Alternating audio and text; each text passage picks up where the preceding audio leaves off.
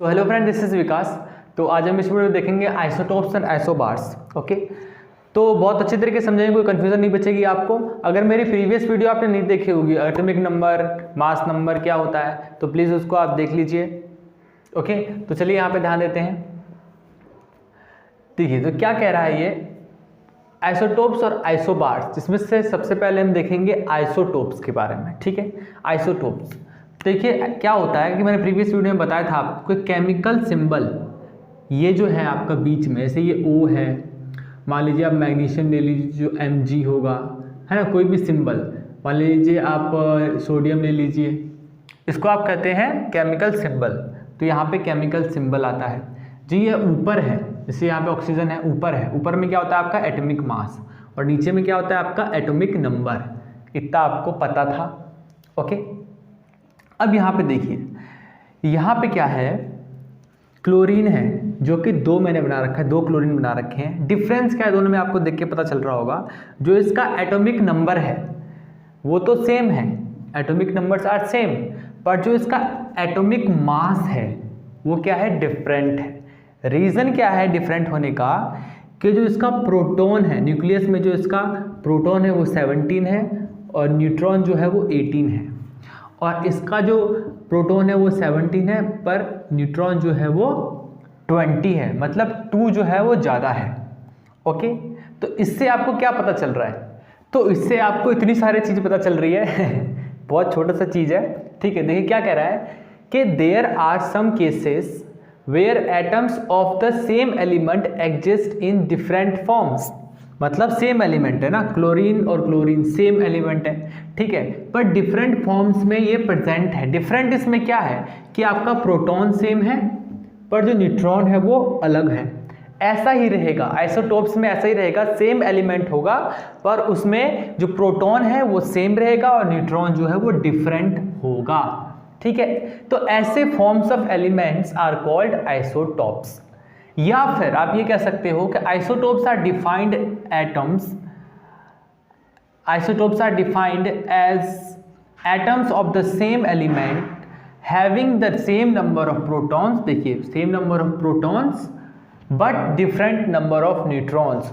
Neutrons different होगा, protons same होगा, और ऐसे फॉर्म्स को, ऐसे एलिमेंट्स के फॉर्म्स को जिसके प्रोटॉन सेम हो और न्यूट्रॉन डिफरेंट हो, ऐसे हम एलिमेंट्स के फॉर्म्स को क्या कहते हैं, आइसोटोप्स। समझ में आ गया आपको।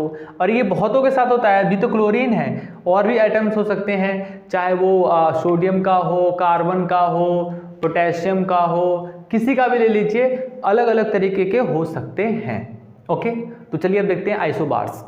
तो चलिए अब देख लेते हैं आइसोबार्स। आइसोबार्स ये लाइन पढ़ते हैं पहले। Atoms of two different elements can have the same atomic mass, या फिर जिसको आप न्यूक्लियन भी कहते हैं। ठीक है, अब देखिए थोड़ा समझते हैं। डिफरेंट एलिमेंट्स जैसे sulphur, potassium, calcium, chlorine, 4 elements हैं। ठीक है, और क्या कह रहा है, 2 डिफरेंट एलिमेंट्स कह रहा है ना, हमने 4 ले लिए, ठीक है, कोई दिक्कत तो नहीं है। कैन हैव सेम एटॉमिक मास। ठीक है, अब देखो इसमें 40, ठीक है, यहाँ पे देखिए ये 40 है, 16 है, 40 है, ऊपर का देखिए, ऊपर का 40 है। तो आप इस चीज़ को देख के कह रहे होंगे कि सर ये चीज़ सेम होने की बात हो रही है इसमें, मतलब एटॉमिक मास की सेम होने की बात हो रही है। अब हम इस चीज़ को थोड़ा अलग तरीके से देखते हैं। ठीक है, क्या है ये एटॉमिक मास। एक्चुअली बात तो यही हो रही है कि एटॉमिक मास, आपका गेस ठीक था कि क्योंकि सब में 40 सेम है, ठीक है, तो इसी को हम क्या कहते हैं, जो टॉप वाला है उसको हम ए से डिनोट करते हैं, इसका मतलब होता है एटॉमिक मास। ओके, इतना क्लियर हो गया। अब हम यहाँ पर मैंने क्या लिख रखा है, देखिए सल्फर का जो प्रोटॉन होता है 16 होता है और न्यूट्रॉन 24, पोटेशियम का 19 प्रोटॉन होता है और 21 न्यूट्रॉन होता है, कैल्शियम का 20 प्रोटॉन होता है और 20 न्यूट्रॉन होता है, पोटेशियम का क्लोरीन का 18 प्रोटॉन होता है और 22 न्यूट्रॉन होता है। ओके, डिफ्रेंशिएशन देख रहे हैं आप, डिफ्रेंशिएशन किसी में ऐसा नहीं है कि हाफ हाफ हो, सब में डिफरेंट है, राइट। ओके, इतना डिफ्रेंशिएशन, न्यूट्रॉन और प्रोटॉन। ठीक है, अच्छा, तो ये चीज़ सेम है, राइट, ये चीज़ सब में सेम है, ये चीज़ सब में सेम है। तो इस फॉर्म को, ठीक है, अच्छा, जो सम ऑफ, इसको आप क्या कह सकते हैं, एटॉमिक मास, जो आपका ये है एटॉमिक मास, एटॉमिक मास उसको आप न्यूक्लियन भी कह सकते हैं, ठीक है। So these are also called nucleons. So atomic mass is also called nucleon, ठीक है, इस तरीके से आप कह सकते हैं। तो अब इस चीज को क्लियर कर लिया होगा आपने। अब हम देखते हैं कि आखिर इसकी डेफिनेशन कैसे लिखेंगे। लेते हैं कैसे लिख सकते हैं कि सच एटम्स और isotopes of different element having the same atomic mass are called isobars, ठीक है, सेम एटॉमिक मास होना चाहिए। आइसोबार्स एक ग्रीक वर्ड है, आइसो मीन्स सेम और bars means weight, same weight का, ठीक है, आइसोबार्स कहते हैं। अब यहाँ पे कोई कंफ्यूज मत हो जाना कि आइसोटोप्स किसे कहते हैं, मैंने समझा दिया आइसोटोप्स कहते हैं जिसे भी, मतलब जिसे भी आइसोटोप्स कहते हैं उसमें सेम क्या होना चाहिए, उसका एटॉमिक मास। अगर एटॉमिक मास सेम है, ठीक है, वो भी कहला सकते हैं आपके आइसोबार्स, ठीक है, या कोई भी ऐसे एटम्स, सच एटम्स, ठीक है। तो देखिए यहाँ पे बेसिक जो डिफरेंस है आइसोबार्स और आइसोटोप्स में ये है कि इसमें आइसोटोप्स में आपने सेम एलिमेंट लिया था, राइट, सेम एलिमेंट लिया था, ये आपको याद रखना है।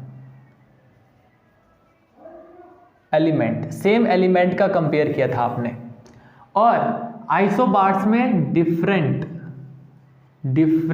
एलिमेंट प्लस सेम एलिमेंट दोनों आ सकते हैं, ये आपको याद रखना है, ठीक है। आइसोटोप्स में डिफरेंट एलिमेंट्स को चेक किया था हमने, और आइसोबार्स में different elements plus same element, दोनों तरह के एलिमेंट हो सकते हैं। उसमें आइसोटोप्स भी हो सकते हैं जो कि सेम एलिमेंट के बारे में बात करता है, और मतलब डिफरेंट एलिमेंट्स भी हो सकते हैं। आई होप कि आपको समझ में आ गया होगा। तो देख लीजिए, अब कोई भी कंफ्यूजन है वो दूर हो जाएगी। तो आइसोटोप्स क्या होते हैं, देखिए यहाँ पे मैंने कार्बन है, ये भी कार्बन है, ये भी कार्बन है, ये भी कार्बन है, लेकिन फिर भी तीनों में डिफरेंस है। क्या डिफरेंस है कि प्रोटॉन तो सब में सेम है पर न्यूट्रॉन जो है वो डिफरेंट है, उसी को आइसोटोप्स बोलते हैं। मतलब सेम एलिमेंट होने चाहिए, सेम है ना, कार्बन कार्बन कार्बन, ठीक है, सेम एलिमेंट होने चाहिए और उसमें प्रोटॉन की संख्या सेम होनी चाहिए तीनों में या जितने भी हैं, लेकिन न्यूट्रॉन की जो संख्या है वो डिफरेंट होनी चाहिए। तो ऐसे फॉर्म्स ऑफ एलिमेंट्स को हम क्या कहते हैं, आइसोटोप्स।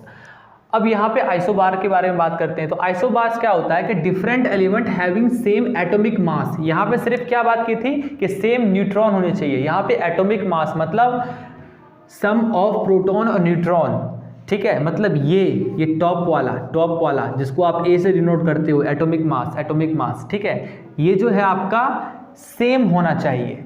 और इसमें क्या है, डिफरेंट एलिमेंट्स भी हो सकते हैं और आइसोटोप्स भी हो सकते हैं, मतलब सेम एलिमेंट्स भी हो सकते हैं, पर उसका एटॉमिक मास, जितने भी आप कंपेयर कर रहे हो उनका एटॉमिक मास सेम होना चाहिए, चाहे वो सेम एलिमेंट हो चाहे वो डिफरेंट एलिमेंट हो, ठीक है।